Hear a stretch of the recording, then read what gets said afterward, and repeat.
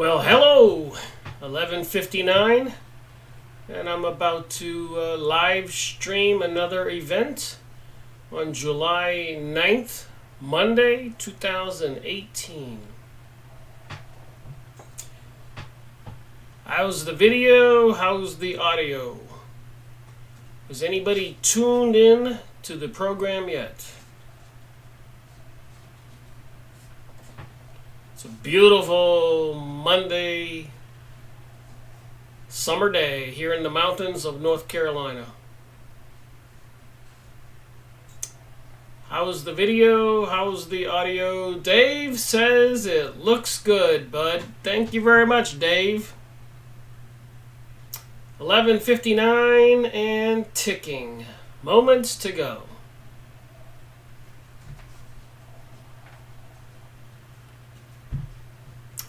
All right, noontime. Another live streaming event.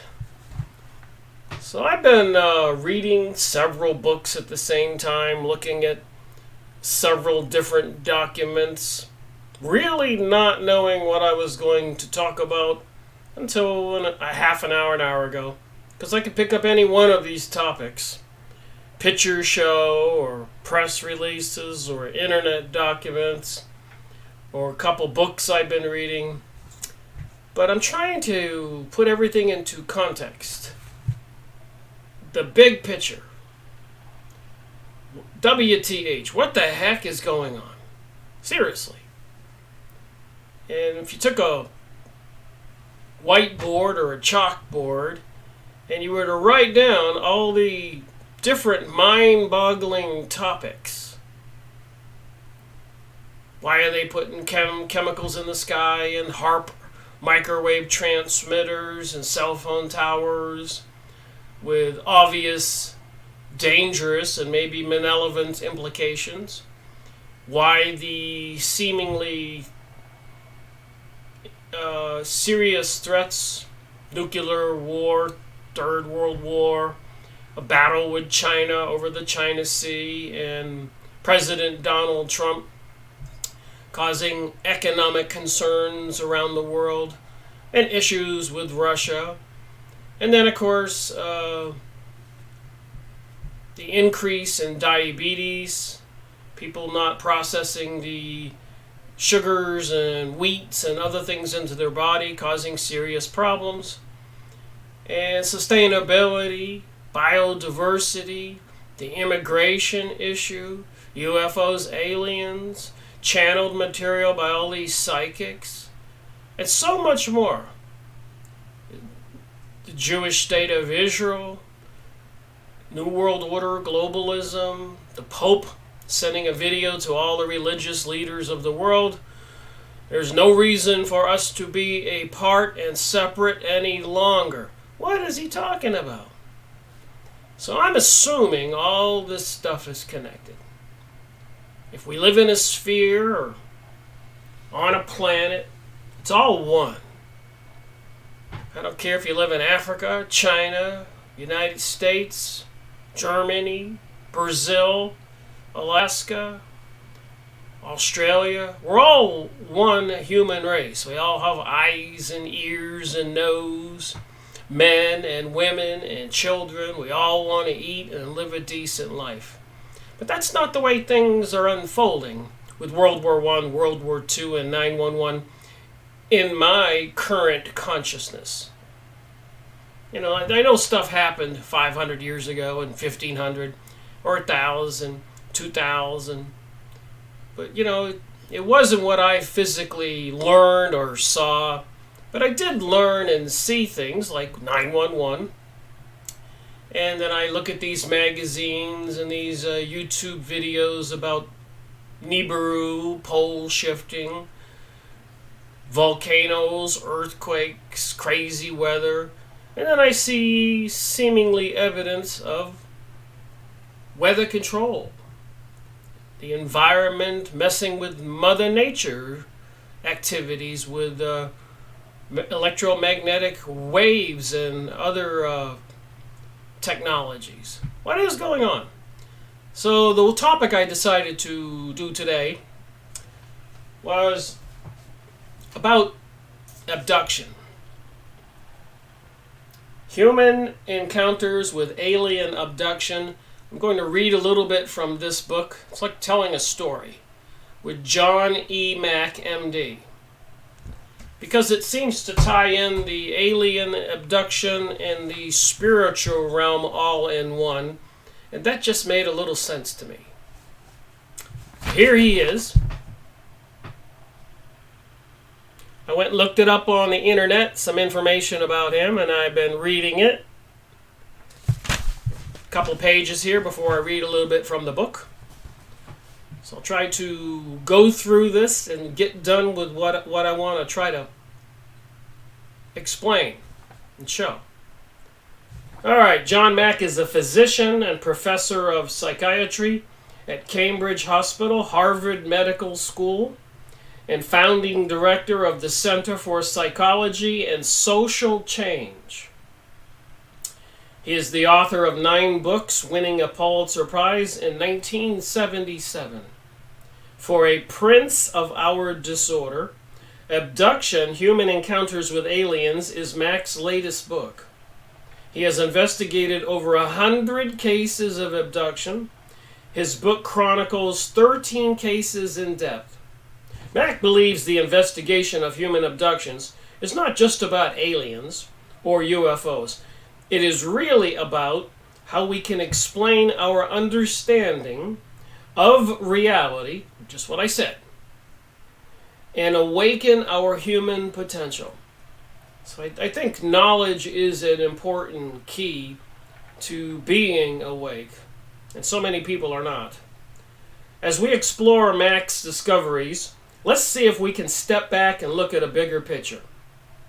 Let's think of ourselves as a 3-year-old child being taken through a hospital, seeing many things a child would not understand. As Mack says in the preface, when we explore the phenomenon that exists at the margins of accepted reality, old worlds become imprecise and must be given new meaning. Terms like abduction, alien, happening, or even reality itself need redefinition. Least subtle distinctions be lost. In this context, thinking of memory too literally as true or false may restrict what we learn about human consciousness from the abduction experiences. So it is interesting about what you get to be my age, and you've seen the weird things going on in the world, even with the Mandela effect, where apparently somebody went back in time and changed some things, the spelling of words and events. That way people used to remember them. So you wonder, about reality. Am I the same person I was when I was 15 and 20? Going through all those 20, 30, 40 years of experiences and more, it just makes you wonder sometimes about some things, how things have changed. What is the truth? So I read books and do research and make videos, trying to make it a little clearer in my mind and discuss it on my videos, and get comments from people. So maybe together we can figure it out. As a psychiatrist is a medical doctor.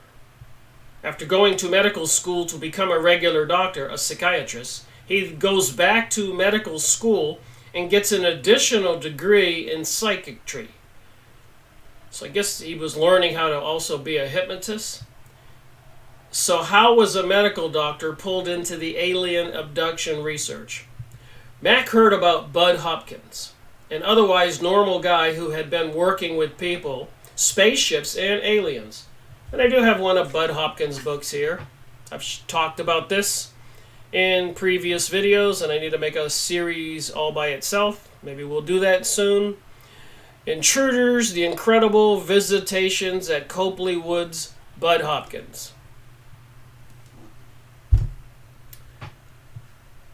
Through a mutual acquaintance, he ended up being introduced to Hopkins and his work. In spite of the insanity of it all, A few things triggered Mack's professional instincts. Minute details of the experiences matched in almost every case. And that's why I read so many books on so many different various topics. So I can see these similarities. And there are some, which you'll see in this story I read from his book, a few pages. The specifics about abductions had not been presented in mainstream media, so patients were not getting information from these sources, and at the time there were no books published detailing the experiences. So what were people to do who had been abducted in their sleep, or they just blacked out, and maybe they were re-abducted after they were impregnated and the baby was delivered, or an implant device was put inside them, or they're being monitored, or maybe they are some kind of hybrid creature. What do people do when they're going through these experiences that are bizarre and confusing and distressing? How much of it is going on today? If you go on MUFON.com, oh my goodness, there's numerous sightings every day all over the world. What is going on? And other UFO alien reporting websites. Along with bizarre news and the political news and all kinds of weather news and all kinds. It's just enough to be overwhelming. But I think we all need to just relax, read the material, do a little research, and let it unfold itself.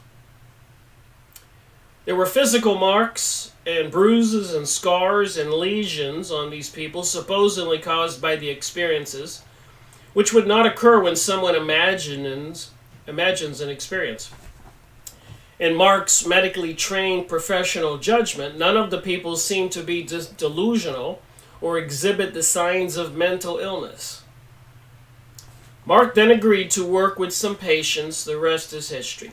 So the guy was a psychiatrist, went back to school for psychiatry, and decided to work with patients who claimed that there were some bizarre things going on in their life. Mark identifies three kinds of information.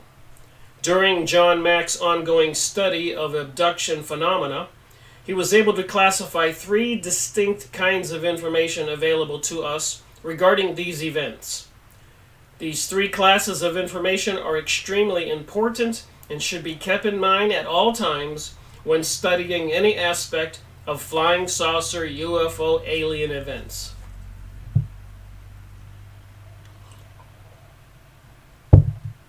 Physical evidence left behind, such as burned grass, scars, lesions, bruises, implants. These things are easily recognizable by modern science. And I've got a couple hundred books behind me. You see these two top rows. What all these evidences, I've made numerous videos on the UFO and alien topic. So again, if I ever get, these are the books I have not made book review videos on. In my other shelf over here with 200 books, there are probably a dozen or more on the UFO and alien topic. Also all the videos I watched and magazines I have and other research documents I've gone over. There's a plethora of information out there. And apparently there's plenty of physical evidence. And everybody's seen much of the material on TV programs and sci-fi movies. Number two, things we could understand with our science if we had more information or technology. So what is quantum physics? What is really gravity?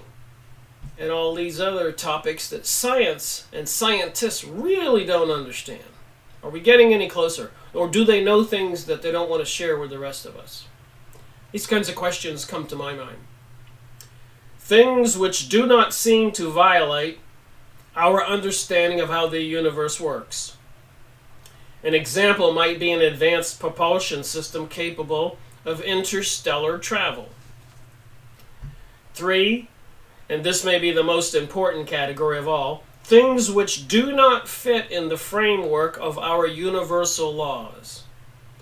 Things such as levels of consciousness we do not know how or have forgotten how to activate, along with unknown life forms who live only at those levels of consciousness regarding John Mack's book Abductions is an absolute necessity if you want to know more about alien abductions and the true capabilities of humans.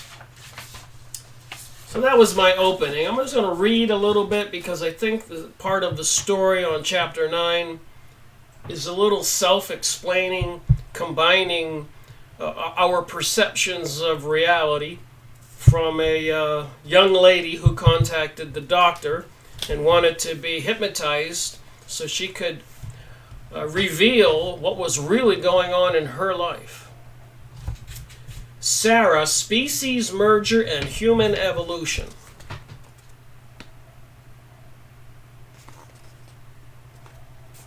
So I do have a certain amount of material I want to get through. So I'm going to skip the things that are not highlighted. So Sarah went to see Dr. John Mack, MD. And I'll start here. I didn't start at the beginning.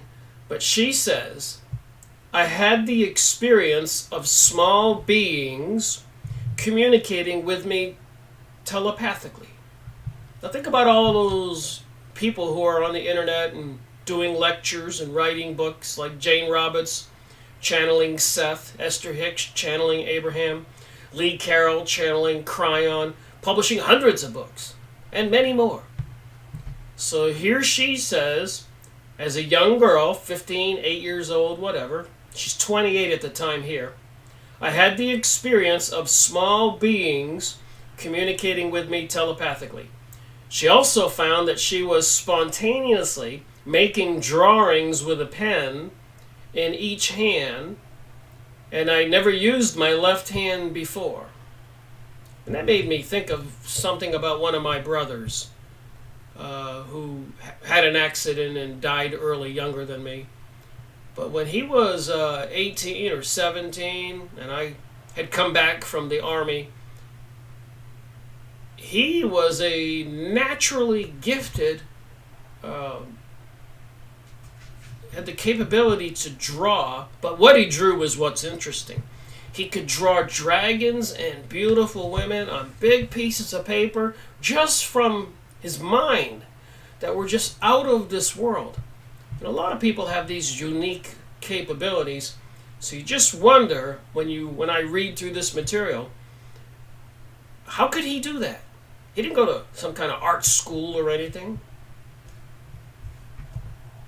She also found that she was spontaneously making drawings with a pen in each hand, and she never used her left hand before, of what she took to be alien beings, focusing especially on their eyes. Her drawings also included passageways and some sort of subtle body field, like an entity's subtle body. So I suppose you could see, if you saw my aura around me, and some people can see auras, you would see, or if I was doing a lecture and I'm up on the podium, I've seen a lot of other people, and you can see this aura around them, the subtle body. In her letter to this doctor, she also wrote that recently she had begun receiving information linking other entities to issues of planetary preservation and ecological transitions, especially polar and geomagnetic reversals. Well, that concerned me right there. Is this book genuine? Or are these beings trying to create this propaganda about a pole shift and planetary preservation, i.e. information coming from the globalist and communist and Zionist, the material they're trying to feed us, that we're all going to have to come under this new rule of law. So when I read that, I was a little skeptical, but there's a lot more here. Michelle says, hello, thanks for your work. Thank you for watching my videos. So I think that caught me off guard reading that. So these beings that were communicating with her telepathically were trying to promote the polar and geomagnetic reversal material that's out there everywhere. Nancy Leader in Zeta Talk, and so much more. You can go look this stuff up. The desire to serve. That's more of the information taught by the channelers. To do something constructive for the world is vitally important for Sarah, although she does not yet know the form that this will take. She has never taken drugs or does not drink alcohol. Page 201. Next page. Like I said, there is a story, some information here that kind of matches what's going on in our reality. She recalls, she's talking about her childhood now. I skipped the material I did not highlight. She recalls a funny room in her grandfather's house. As a child, she would frequently go into this room, shut the door, and sit there for a long time. In a not quite awake state, Sarah would experience a kind of hazy energy in the room, but she recalls nothing else about it. She was especially drawn to mysteries and books about ghosts and poltergeist. The family went to church almost every Sunday. I don't like the idea of original sin. There's another thing that jumped out at me from her philosophy and the entities. She doesn't like the idea of original sin. So that would be an anti-Christian thought. Nobody wants to believe that there has to be 10 commandments, or the Adam and Eve story about the apple and getting removed from the Garden of Eden. Original sin. So she didn't like the idea of original sin. It didn't make any sense to me. I liked the Holy Spirit, she says. I liked it a lot. She described the Spirit, so she's talking about a spiritual being. She liked the Holy Spirit for her perception of it. She described the Spirit like a connecting tissue that binds all of reality together. That's part of the New Age teaching. Even kind of the Tree of Life Kabbalah. By age 11 or 12, Sarah was considering theological questions, such as a resolution to the dictimony of good and evil. So she's questioning why there should be this two topics, good and evil. And of course, part of the New Age philosophy that I've had arguments with personal friends of mine. Oh, Rick, there is no such thing as evil. It's all an experience. Aleister Crowley taught that in his Book of the Law, Series 23 of my series, Freemasonry and Satanism. And it's pretty horrible what he says in that book. And she was drawn to reading about other religions. So was she opening the door to possession? And remember in previous videos I've made in China, in Italy, in Ireland, and in the United States. You can go look this up on the internet. But apparently possession is on the rise. Italy had to request more exorcists from the Vatican. Ireland had to train more priests. China had to take young girls and people to the mental wards. The United States, up in Michigan and Ohio, young girls were playing with a Ouija board and had to be taken away in straitjackets in an ambulance. So this New Age material and all this other stuff involving UFO and aliens and abduction seems to be tied together, and it seems to be from a malevolent evil force, in my opinion. But that's what I think. While Sarah was an undergraduate, she participated in studies of extrasensory perception, so she's obviously got a good background of delving into these topics. Her interest in integrating the discoveries of the physical science with explorations of spirituality and human consciousness have continued. On one occasion, she experienced electrical sensations in her body. So I wonder if she was meditating and doing some of those yoga positions and mantras and activating her kundalini, the 7 chakras in her body, trying to reach this other world. And then she would experience, as it says here, from my understanding and research, electrical sensations in her body. On another occasion, I felt like I got out of my body and I couldn't get back in.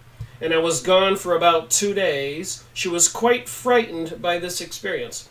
So if this guy is a sincere psychiatrist, doctor, and he's interviewing all these people, so I'm going to give him the benefit of being sincere, and this is what this girl is telling him, we have to interpret that. I felt like I got out of my body and I couldn't get back in. I was gone for about 2 days. She was quite frightened by the experience.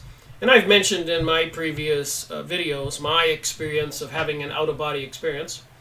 And I'll mention it again. Be brief about it. But I did charity work one day, Christmas Day. Not Christmas Eve, Christmas Day.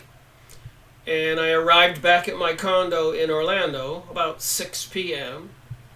I had gotten divorced 6 months, 8 months earlier, so I was alone. I did charity work all day, helping other people. And I laid on the couch. The light was on. The TV was on. I could see a big clock into the kitchen. And boom, I'm out. The next thing I know, I'm floating above myself, looking at myself like you can see me on the screen. I could see myself like I'm seeing myself on this screen, laying there sleeping. But I'm floating up by the ceiling. I don't know how it happened, but I asked myself, wow, I'm out of my body. And I look down at myself, and I look around the lighted room. I can see the TV program still running. I could see the clock. And I looked into the kitchen, and my white refrigerator was black as ink on the top. And I'm kind of a clean person, so it occurred to me in my mental thinking, what the heck is my white refrigerator black for on the top? But that was just a fleeting thought. And then I thought to myself, and I'd read Edgar Cayce and some other material. I wasn't without some knowledge. I did have an electronic engineering degree, and I was always a thinker.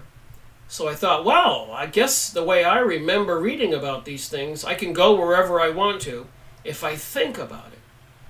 So I told myself, I'll think about where I had spent the day today, go see what those people are doing, come back to my body, call them up, and tell them about my experience. This was all planned in my brain instantly. So I thought about it. I want to go there. And I left the lighted room, and I was like in a wish, in darkness. All of a sudden, I panicked. This is a true story. I've said it in many videos. I go, wait a minute, did I die? I don't want to die. I want to go back to my body. And whoosh! Next thing I know, I'm laying there on the sofa, and I'm looking up, and I finally sit up, and I go, wow, was that a dream? What happened? And I remembered the refrigerator being black on top. I'm not tall enough to see the top of a refrigerator. I went and got a chair and stood on it, and you could take your finger and write your name in the black soot because the refrigerator was right next to the stove in this condo. True story. And I mentioned it to other people about my out-of-body experience. And I met several friends of mine who confessed that they had similar events, and we talked about our events. One friend of mine was an engineer who did a lot of traveling for the company I worked for, and he would be tired, all the flying and everything, and he said frequently he would leave his body at the motel near the airport and be able to get out into the air and look all around the field and all that and go back to his body. We were sitting out on the lawn one day after we were windsurfing, and he told me that. We were drinking a beer. It's quite bizarre, and I've talked to other people, and there's plenty of books on these topics. So again, if you study enough material, you sometimes can try to put two and two together. Anyways, that convinced me that Christmas Day that I had a spiritual essence. And then I've gone over books about remote viewing in my series, Freemasonry and Satanism. I showed those in the last video. And Carlos Castienda, I made a book review on his book, A Separate Reality, taking peyote and other drugs with a Mexican shaman and seeing the other world. I've showed the pictures from the Peru where they take the ayahuasca, the drug, and they can see this other world.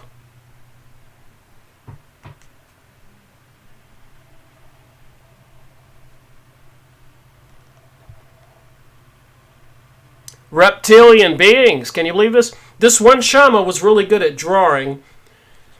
So a professor from North United States brought him some paper and some good ink. Just pointing out, there's plenty of evidence that these shamans and indigenous people from tribes all over the world go into these trances and see this other world. Even with the kahunas in Hawaii with Max Long, I made videos on his book, and I'll continue to do that. Alright, so I get back to where I was here. So on another occasion, I felt like I was out of my body and I couldn't get back in. I was gone for about 2 days. She was quite frightened by the experience. I suppose I would be too. So she was married. After about a year she was married, Sarah became very ill. So there's some clues here about with the interaction with the spiritual essences, beings, whatever they are, entities can do to us. So she got married, and apparently her husband was shooting holes in the things that she was thinking about and talking about.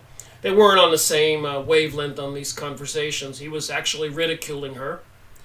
After a year she was married, Sarah became very ill, although there were no outward evidence to support this.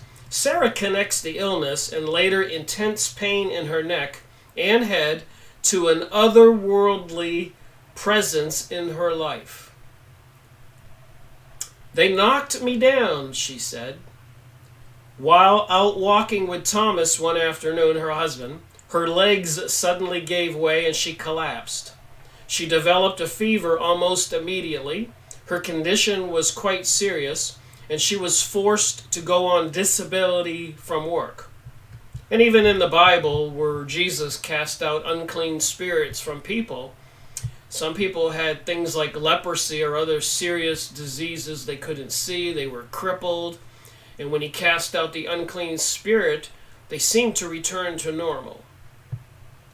Just FYI. Some other entity controls your physical body. They disable you, I guess. Her recovery was a long one, and during this period, she and Thomas grew further apart and eventually divorced.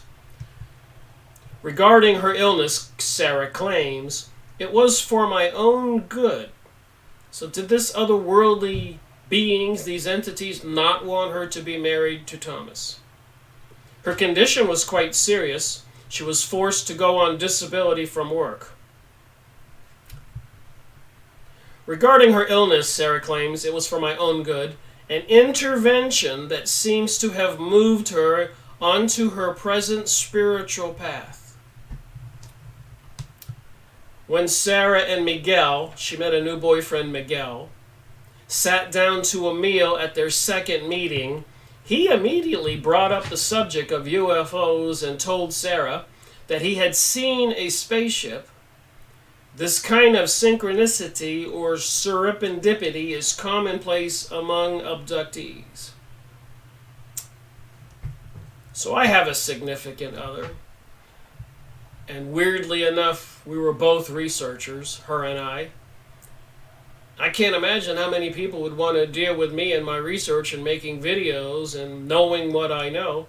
But luckily for me, I've met the perfect partner. Kind of synchronicity or serendipity is commonplace among abductees. Sarah refers to Miguel as her extraterrestrial friend. Miguel reported seeing alien beings in his dream, and Sarah felt that he may even be a representative of an alien species. He sometimes acted so listless that his behavior reminded Sarah of the hybrid children abductees see on the ships. Of the hybrid children abductees see on the ships. So apparently she read a lot of material, so she was a little knowledgeable. He was in an incubator as an infant, this would be her new boyfriend, and often showed a huge neediness according to Sarah. At the same time, Sarah valued the opportunity to discuss her encounter experiences with him. Well, that's nice. She met somebody who understands. I did have another friend, female friend of mine, who really had her children taken away and her husband abandoned her and everybody ridiculed her because apparently she could see ghosts almost everywhere she went. I believed her. And by the way, she was a freckled, red-headed person.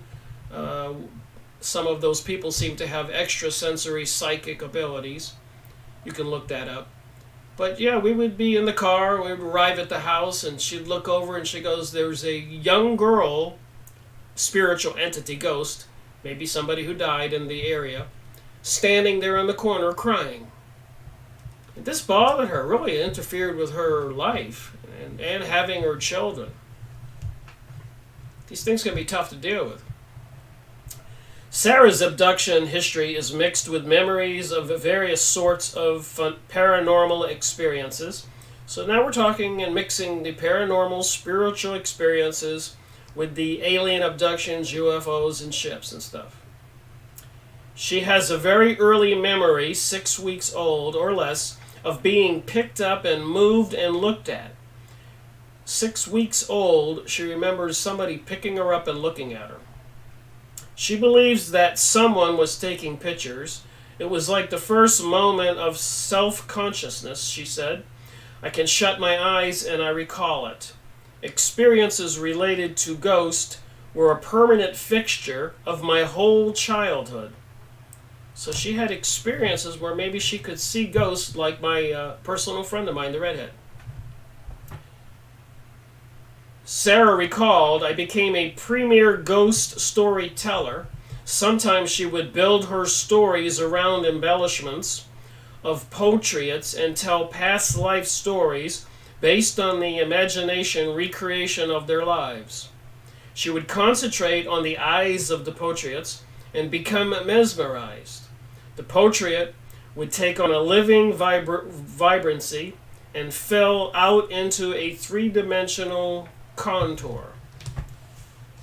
So I do know a little bit about psychic abilities and using a pendulum. I've read a lot of books and I've done a little practice. And apparently, if you know how to use a pendulum, which I do, you can hold the pendulum over a picture of a person.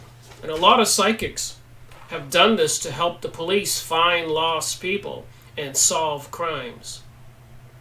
So you can hold the picture in your hand, and if you practice, you know you're facing north, and you mentally ask yourself, in which direction is this person? And your pendulum will go north, or east, or west, or south, and you can hold your hand over a map and do the same thing with the picture of a person. There are many books on this. I've shown it in previous videos.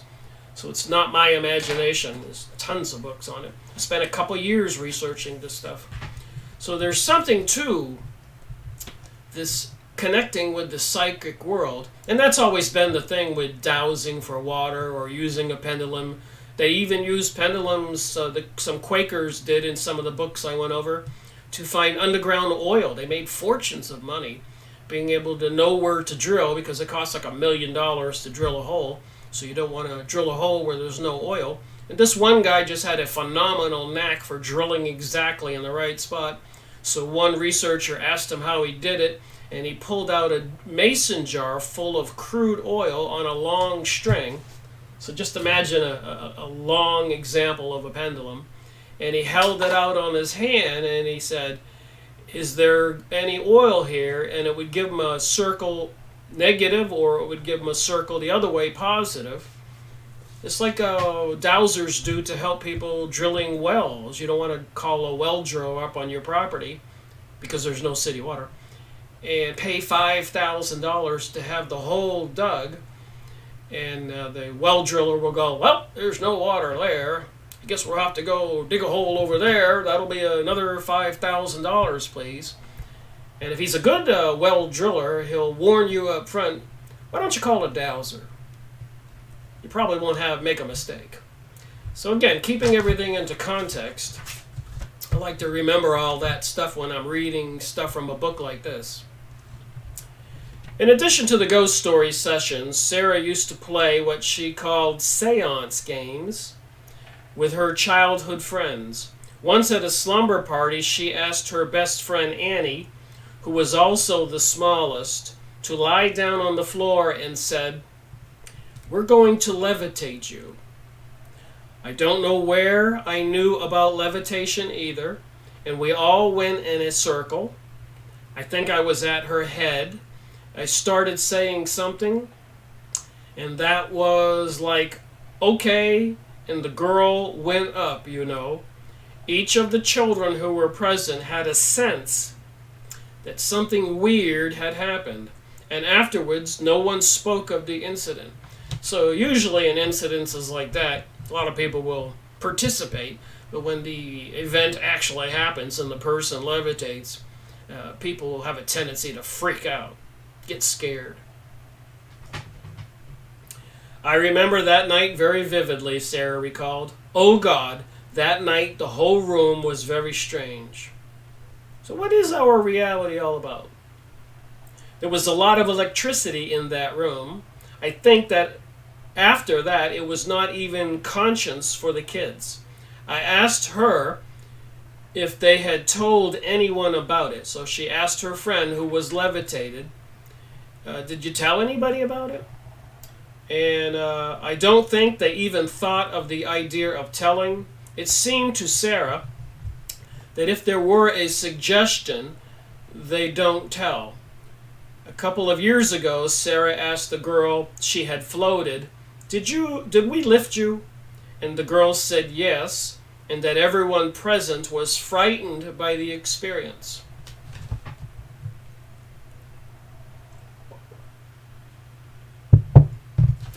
Later during the regression, so she went to see this John Mack, the doctor. She's getting hypnotized. She connected this knowledge and capacity to floating experiences into, inside, and out of spaceships.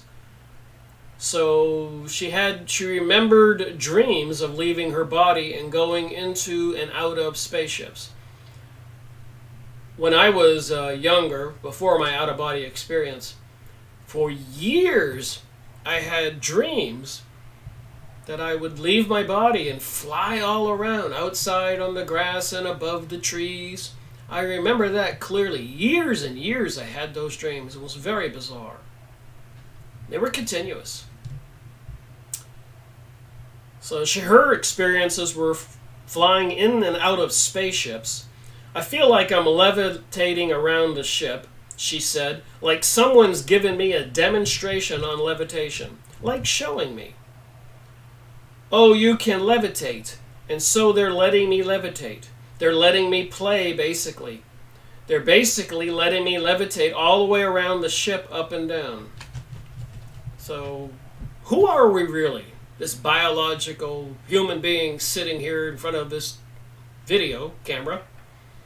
Or the spiritual essence, me, who had the out-of-body experience and saw myself lying on the sofa?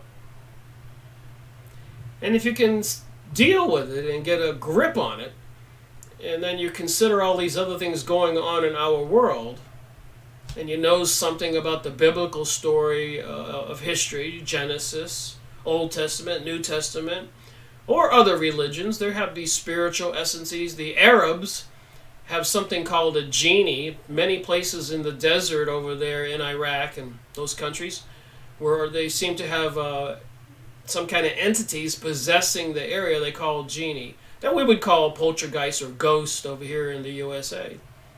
So all the religions and people of the world have these things. Even the Hawaiian kahunas, the shamas, the doctors, the witch doctors, seem to be able to capture some of these deceased humans, people, or whatever, elementals, maybe beings that were never human, and they keep them captured and they force them to do things, including killing people they want to be killed. They possess the person, according to the video I made on Mack's long book, The Kahunas, Hawaii.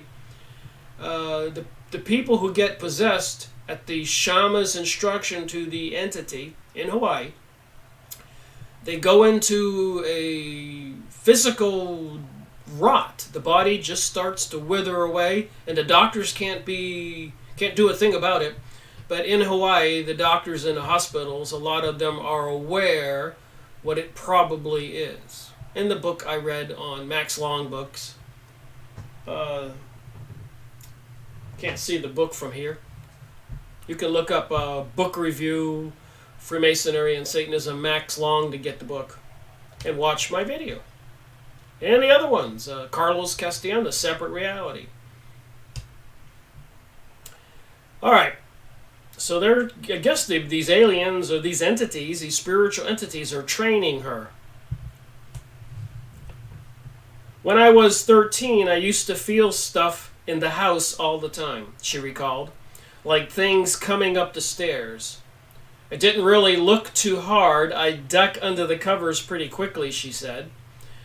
But I used to say really loudly, like in my mind, I never said it out loud, I'd say, "I'm not ready yet. Excuse me, but I'm 13 and just wait." That happened a lot. A lot, she says. So during the physical therapy, a couple years previously, she started seeing a lot of figures. In my head, sometimes they would seem to be talking to me. And I remember Nikolai Tesla said on stage that he wasn't the genius everybody thought. He said he could see these entities and visions and audio voices, and they were telling him all this stuff. Like I said, if you read enough books and you do enough of this research, and you remember, you have any kind of good memory, and in my case, I'm up to series 205 in my book reviews and been reading books and doing this research going on 14 years, closing in on 15. Takes a while for me to convince myself what I think I know. She would shut her eyes and see these little guys up there in the corner of my head, and they were kind of light, really yellow and light, kind of rounded. After I started seeing these little guys, the pain disappeared. So they were trying to enter her brain, and it was causing her pain. When she started allowing them in and could see them, the pain disappeared. The figures looked yellow and round and sort of benevolent. The most overarching feeling I got is calmness. They're so calm. They had very light bodies with big heads. That sounds like a gray alien. She recalls no prominent facial features of the beings, not even the eyes. Nevertheless, she felt and feels a lot of love from and to them. It feels like home, she said, like the ideal feeling, like a warm family. After initially connecting with these beings, which she calls light beings, Sarah began to put her hand on the spot of the back of her head where the pain became uncomfortable, intense, and she'd tune in to the light beings. So where the pain was on the back of her head before, now whenever she wanted to, she'd put her hand on it and she could tune into these beings. And again, I go back to Esther Hicks channeling Abraham, Lee Carroll channeling Cryon, Jane Roberts channeling Seth, and so many others. I've gone over all the large collection of books I have on all these different channelers. This is current New Age stuff going on today. Just saying. As Harry Hubbard would say, I watch his videos, just saying. Just saying. What does that mean? Alright. She would put her hand on the back of her head where the pain was to tune into the light beings. She calls this listening, and she found it to be helpful in reducing the pain. Sarah also mentioned 2 experiences that occurred about 6 months before I saw her. This is the doctor talking. During one of these, something appeared to be looking at her from the bedroom door as she laid in bed, a presence which was confirmed by the man she was seeing at the time. So she's laying in bed with Miguel.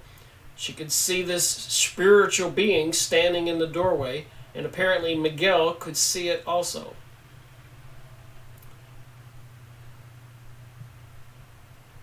Alright, the presence was also confirmed by the same man, so it happened again. Although it was emotionally difficult at the time, she sat up and tried to reach out with love and compassion to the entity.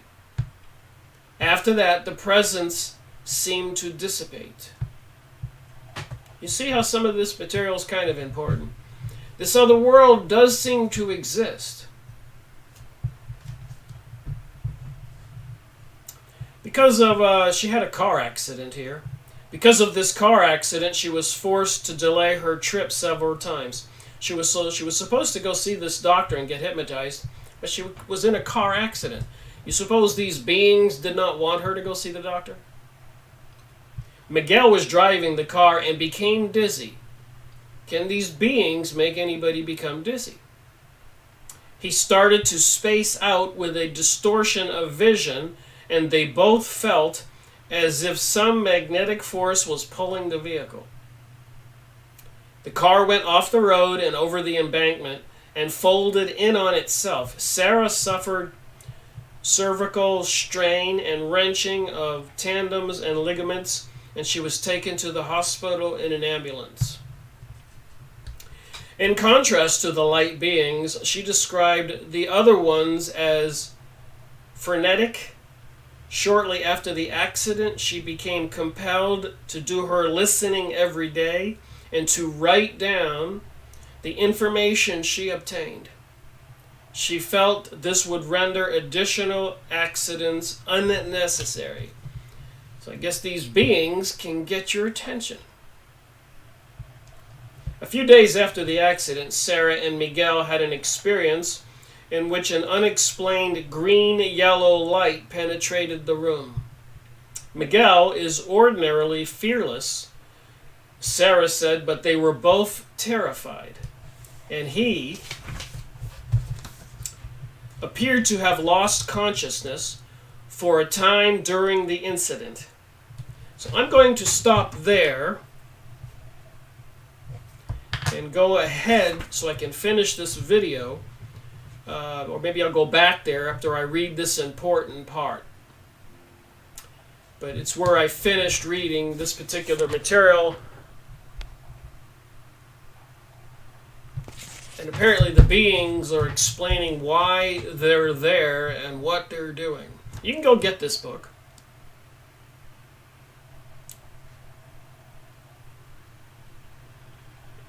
But you need to use discernment and thinking. Things usually aren't what they seem.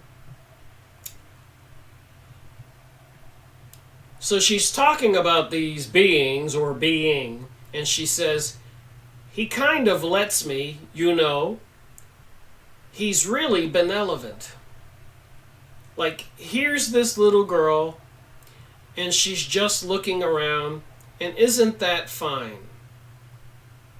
Although she sensed a real warmth and benevolence from the entity.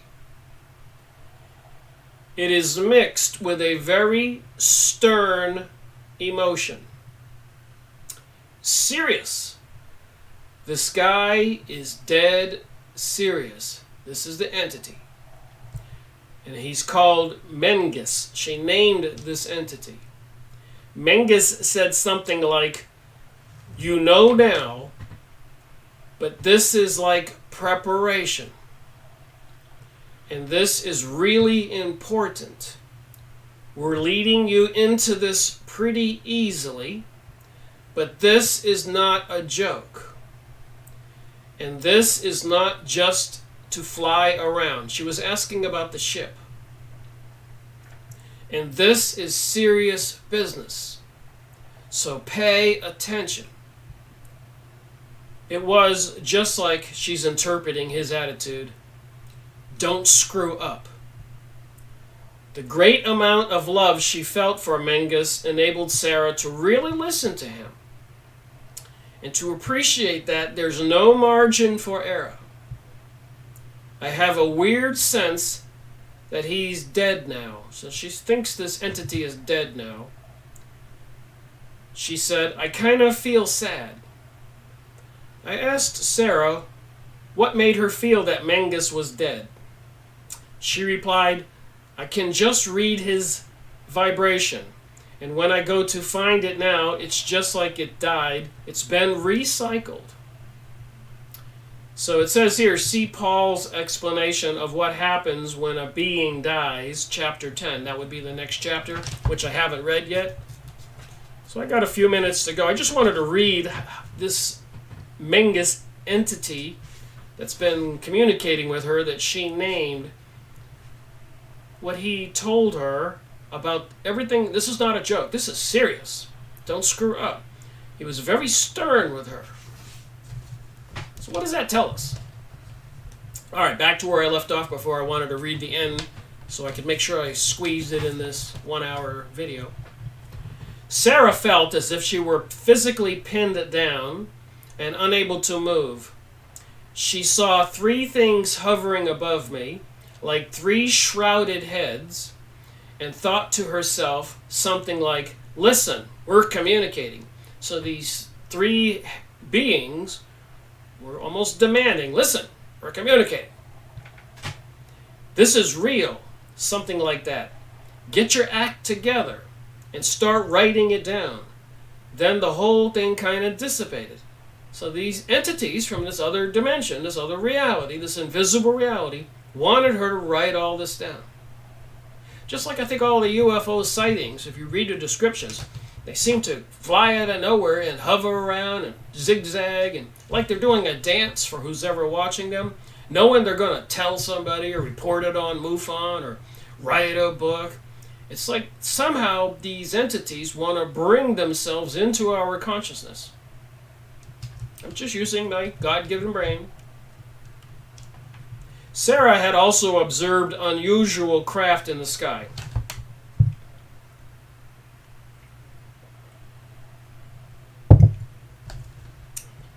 On one occasion, she was with a girlfriend, and they both saw a strange thing hovering above. Sarah looked up, and for a split second, I felt like I was there, and I was here. I felt like I'm in the spaceship, looking at myself. I felt like I was in 2 places at one time, and then I started to think, oh wow, that's another whole possibility. You're coming back to see yourself. Well, I got a possibility for you. Just like remote viewing, the government trains people to remote view and leave their body and spy on the Russians or other people, even possess other people. And apparently they can possess a person and make that person pick up a gun, shoot themselves or shoot somebody else, according to the books I've read on remote viewing. And of course we all know about the increase in possession that I mentioned earlier, or you go look it up. Or even in the Bible where Jesus is casting out unclean spirits and even healing people. So apparently if she's in the spaceship and this entity is possessing her, combining himself with her essence or soul or spirit and eyesight, it might seem like you're looking at yourself.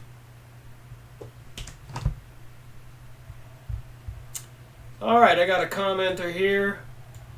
You need to go outside, Rick, and look for aliens. Eventually you'll see strange lights. I've seen strange lights before. This guy says, I've seen some myself. I remember when I lived up in the north for a while. I never knew what they were, but I saw all these things way up in the sky that were dancing all around. It was too surreal. I vaguely remember that. And of course I took pictures and showed it in the last video of those slow moving orbs in Orlando. I got numerous pictures. So apparently I think, Chuck, you're probably correct. I'm watching my comments here. That if you think about these things or go outside and try to call them into your vision or into your reality, it appears they will show up. And even Stephen Greer of the Serious Disclosure Project, if you're not aware of that, look it up. He's got books published and everything. But he's done a lot of interviews, a lot of videos, working with the government, trying to get UFO alien disclosure disclosed. But he does invite people to go to the beaches and parks, and they a little group gathering, and they do mantras, incantations, whatever, and they do bring the beings into sight. People see them.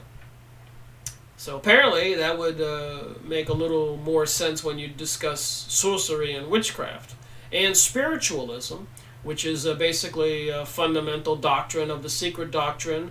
The secret societies, these organizations like the Freemasons, Rosicrucians, Illuminati, and the Kabbalists. If you put all this into context, it starts to make a little sense. The other world does exist. And if you read the Bible and the other books I've gone over, like 202 in my series about the Nephilim, and the Dead Sea Scrolls, and other books I've gone over, apparently there have been fallen angels, entities in God's world who had to be cast out of heaven and into down below, whatever that is.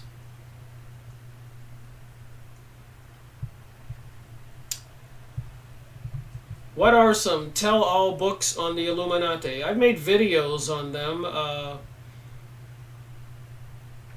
The Black Pope, Series 152. The Cause of World Unrest, Series 150. Encyclopedia of the Arts, Series 174. The Jewish Utopia, Series 67. Quite a few. A lot of these books, even in the Encyclopedia Judaica, I made many videos, they clearly acknowledge and reference the Illuminati. All the Illuminati is a organization into this mystery religion, spiritualism, communicating with some kind of beings and controlling things to their advantage. And they control the Freemasons and other secret societies. They're planning and plotting this new world order, this global world order. These are the people behind the Elders of Zion. Yes, you're right. And even series, the Jewish Utopia, Series 67, the intelligence officer Robert Williams found that book in a Texas library, the Jewish Utopia, written by a rabbi, professor. So they're in communication with this spiritual realm, and apparently there's some malevolent entities, whether you want to call it Lucifer, Satan, devils, demons, and all these fallen angels. They have names like Raphael, etc. But apparently they do seem to hate humans, the gift we have for being in these bodies. Just answering some questions for the commenters here. So I'll read here for another paragraph and end this video today. But I just wanted to kind of just add another little dot to be connected. A little bit more sense to what abduction is all about, and it can be very subtle. People can have been abducted or even be controlled and not really know it, just have a confusing life situation. Or like Gene Roddenberry and so many people in Hollywood, they can be seeing psychics, involved with the psychics and meditation and groups like the Illuminati, and go into these trances and get all these storylines for the Star Trek series and other movies. It just makes you wonder where they get this material. Like Nikola Tesla said he got it from. Visions and audio, and these entities were telling him. And all those drawings in caves and all that stuff. Look at the pictures. It looks like gray aliens and little demons and beings. And the pictures I showed you from the Peruvian artwork. And my videos on the separate reality, Carlos Castellanda, Mack's Lawn, the Kahunas in Hawaii, and so many more books. The Coming Race, that Hitler got all the Vril stuff. I believe I have the book, The Coming Race, and I've referenced it in my videos. And I've been looking for it lately. I wanted to make another video on the Vril. I have the book, Bell. Alright, may read a couple more moments, and I've been taking my 1 hour show to 1 hour and 10 minutes or 13 minutes. On another occasion, she saw what looked like a star, but it wasn't time for stars. It was like afternoon, really bright. And again, if you go on MUFON, you'll be surprised what people are reporting they've seen today and yesterday. bright orbs all the time, orange, ships, motherships. So are they just messing with our mind, bringing these images into our mind? Does somebody really want to try to bring some kind of other reality into focus, make us believe one thing while they're destroying another? Is that how they're going to convince us to have this global world order? I'm like, if you're not going to do anything, then I'm going home. So I got in my car and started to drive away, and then it came at me, and then it came at me really quickly and flew over me. So she saw some kind of star in a distance, and it was just over there. And she said to herself, well, if you're not going to do anything, I'm going home. And the thing buzzed her, came right at her. According to this book on page 206. It came at me quickly and flew over me. It looked like a flying star. It was just so bright. At the time she thought to herself, God, I've got to tell Miguel. But she did not. It was like I forgot all about it. So Sarah's wish to be hypnotized grew out of her desire to know what was true. I don't want to know a story that I made up or anybody else makes up, she said. I really want to know. I really want to know. So she's telling this to John Mack, the psychiatrist. It's the only thing that's important. Even though it may be really complicated and really overlaid and everything, she wanted to get at what these little guys are. Well, so do we all. Want to try to figure out all this stuff about the global world order and HARP transmitters all over the world, cell phone towers going up every mile, the AI, artificial intelligence systems coming online. I was looking up a word today on my computer. This is kind of spooky. I have a huge garden, and I've got some spaghetti squash about this big.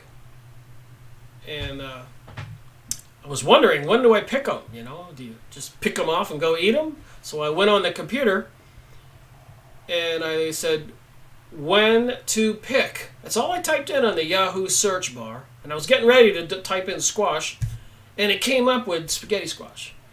And I had this weird feeling. I said, how did it know that? Is this darn thing now able to read my mind? Is there, in our environment, is there more going on than even I know at this time? All I typed in is when to pick. I use the computer to look up everything. If car brakes or dishwasher. I look it up on the YouTube videos, and usually you can watch a video and get something fixed. But I wanted to know when to pick the squash off the vine. It was bigger than the spaghetti squash I usually buy. The ones in my garden. So I said when to pick, and the first selection right at the top was spaghetti squash. Just seemed a little spooky to me. How many mystery schools are active today? Satanism is, according to some research you can check on the internet, and please do, the fastest growing religion in the world. And as you probably are aware, Chuck, I don't like to say people's full screen names. The New Age material, meditation, yoga, all this anti-Christian activity is seriously on the rise, as well as pansexualism, transgenderism, and all this other crazy material. It does boggle the mind, and a lot of people don't know what to think. And putting that into context, I will say this. There was a study done a long time ago on the capacity of the human brain. You can look this up. Apparently, to go through our daily lives, the day and the week and the month and the year, we can handle 5 or 6 different priorities in our life. Like, handle your job, handle your marriage with your spouse, handle taking care of the kids, handle a sport like art or whatever you're into, football. You can handle 4 or 5 things and remain kind of stable.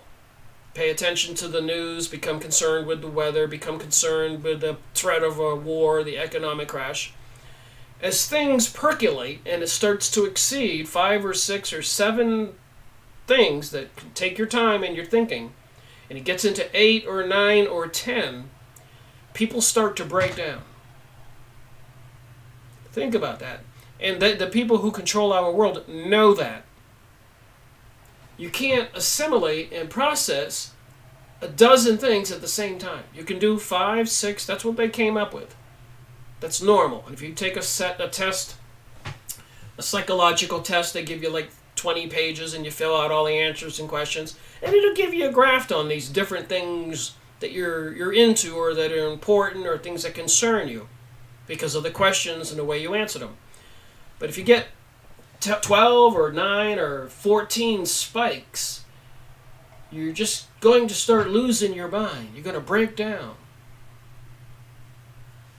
Just interesting to know that so much. New contacts shoot a laser beam. All this new age stuff is eugenics. These are comments on the screen here. Thank you all for your comments and getting involved. I appreciate it a lot. And watching my show at noon. I decided to do this for July and see how it goes with every day me being responsible to do a 1-hour show. So thank you for watching and listening and commenting. Rick Miracle reporting.